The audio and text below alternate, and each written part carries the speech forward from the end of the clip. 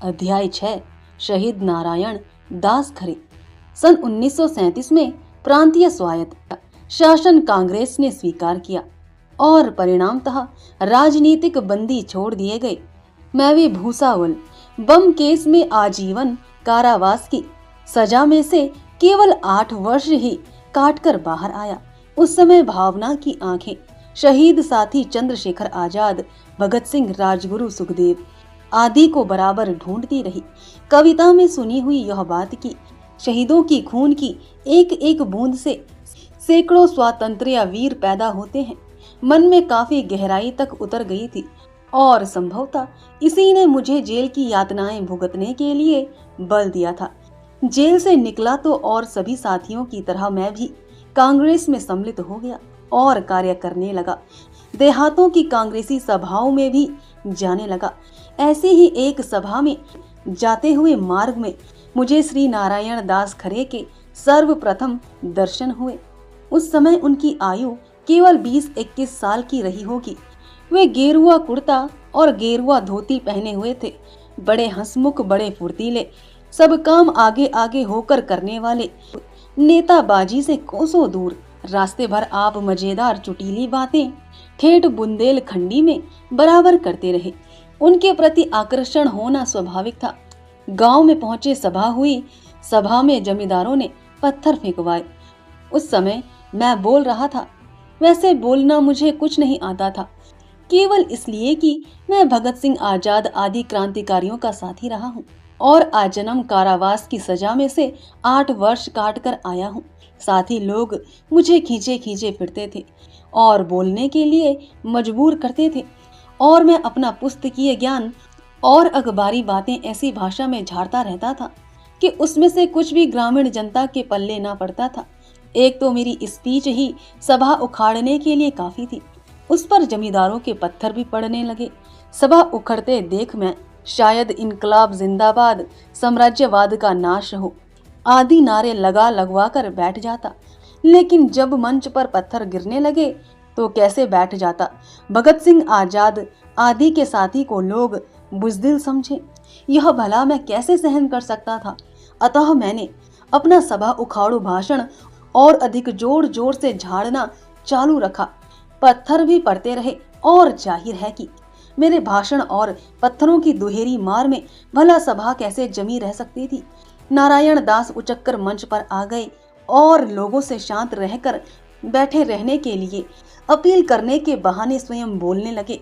ठेठ बामुहाविरा बुंदेलखंडी में मैं पीछे पड़ गया।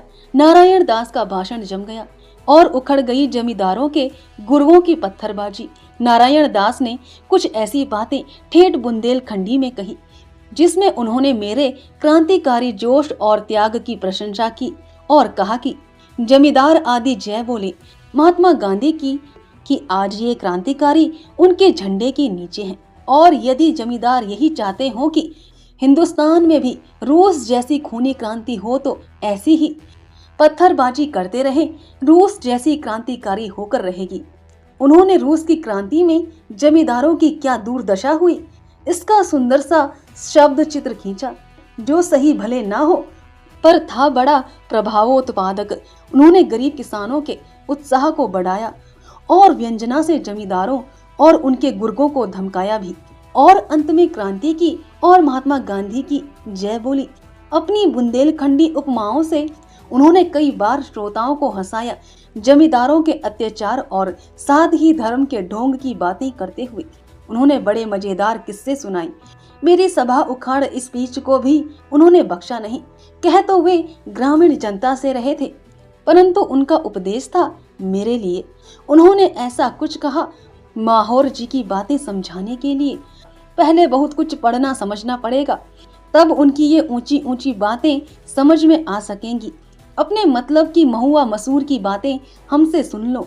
जब कभी जहाँ कहीं स्वराज्य की कांग्रेस की सभा हो उसमें हमें पहुंचना चाहिए और नेताओं की बातें समझ में आए चाहे ना आए, बराबर बैठे सुनते रहना चाहिए। बस इसके ही माने हैं कि हमें स्वराज्य चाहिए और हम लेकर रहेंगे। यह उपदेश था मेरे लिए कि देहाती साम्राज्यों में क्या होता है और उनमें मुझे क्या और कैसे बोलना चाहिए।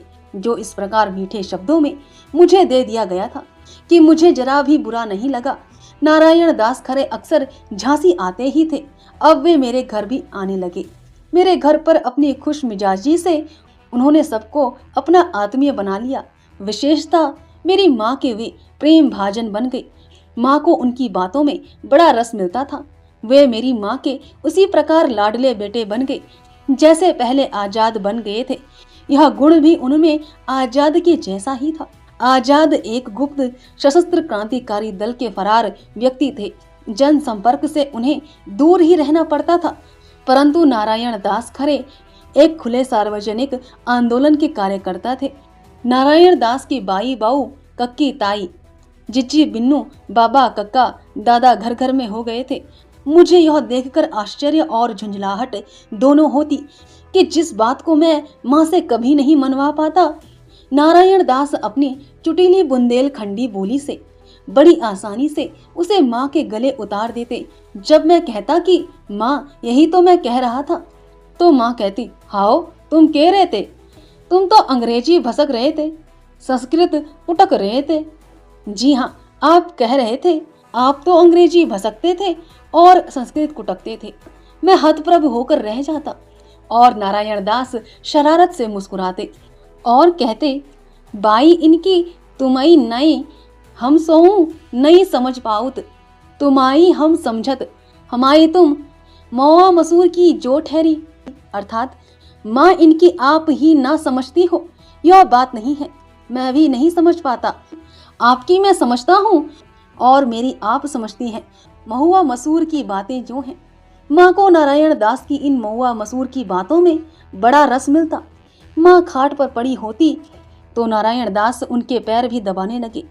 माँ संकोच से पैर हटा लेती और कहती, अरे नारायण जो का करत, अरे नारायण यह क्या करते हो। तो नारायण दास आग्रह पूर्वक पैर दबाते हुए कहते, अरे बाई तुम शहीदन की बाई हो, तुम्हारे पाँव आजाद जैसन ने परे, तुम्हारे पैर दबावे को का छीवे भर को भागा, कौन कौन खो मिलत, तुम का अकेली भगुआन की बाई हो, तुम तो हम सब की बाई हो। वह माँ आप शहीद की माँ है। आपके पैर आजाद जैसों ने छुए हैं। आपके पैर दबाने का क्या छूने भर का सौभाग्य किस किस को मिलता है। आप क्या अकेली भगवान दास की माँ है, आप तो हम सब की माँ है। और माँ गदगद हो जाती और मेरे लंबे कारावास से उन्हें जो पीड़ा हुई तथा घर बार तक बिक जाने की गरीबी का जो कष्ट हुआ, उसे केवल भूल ही नहीं जाती, उसमें गौरव अनुभव करने लगती। सन 1926-27 में मुझे आजाद के लिए माता जी की रोटियां चुरानी पड़ी थी।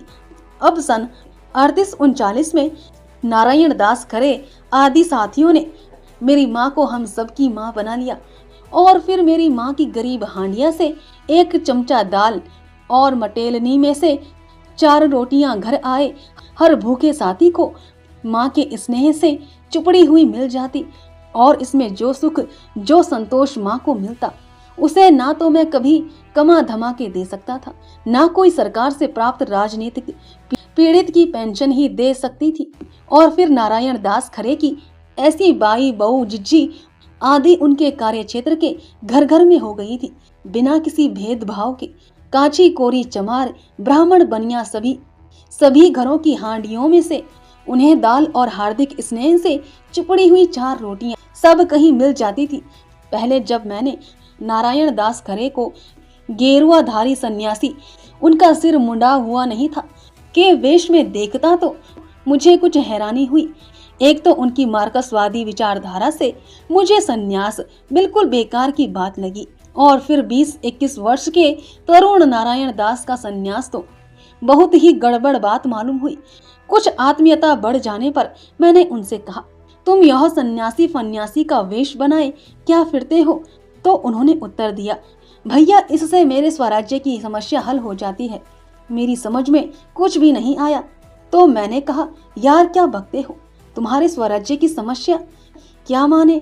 नारायण दास ने अपने लाक्षणिक हास्य को जारी रखते हुए कहा, देखो दादा, सब नेता लोग कहते हैं कि हमने प्रांतीय स्वराज्य प्राप्त कर लिया है और आप कहते हैं कि यह स्वराज्य फुराज्य कुछ नहीं, प्रांत में नेता लोग मंत्री बन गए सो प्रांतीय स्वराज्य हो गया।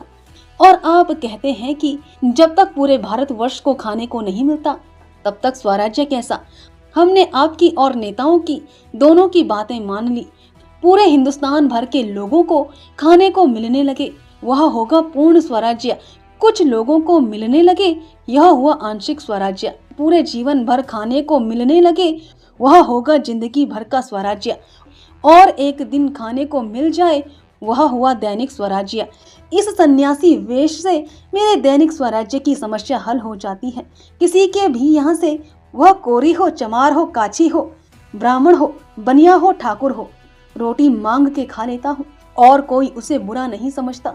नहीं तो चमार पहले तो खुद ही रोटी नहीं देता, रोटी क्या पानी नहीं पिलाता, किसी की जाति बिगाड़ने के पाप के डर से। और दूसरे एक बार चमार के घर रोटी खा लेने पर फिर बनिया ब्राह्मण के यहाँ खाने को मिलता नहीं। इसलिए आज की परिस्थिति में इस सन्यासी वेश से अपने दैनिक स्वराज्य की समस्या हल होने में सुविधा हो जाती है। और जिससे स्वराज्य मिले वह बात गलत नहीं हो सकती। क्यों दादा, है ना? और फिर ठाका मारकर नारायण दास हंसते रहे। सिद्धांतिक बहस में फंसना नारायण दास को अच्छी नहीं लगता था। किसी भी सिद्धांत की कसौटी उनके लिए ठोस वास्तविकता थी। परंतु मेरा यह दृढ़ विश्वास है कि आरंभ में उसने सन्यासी वेश से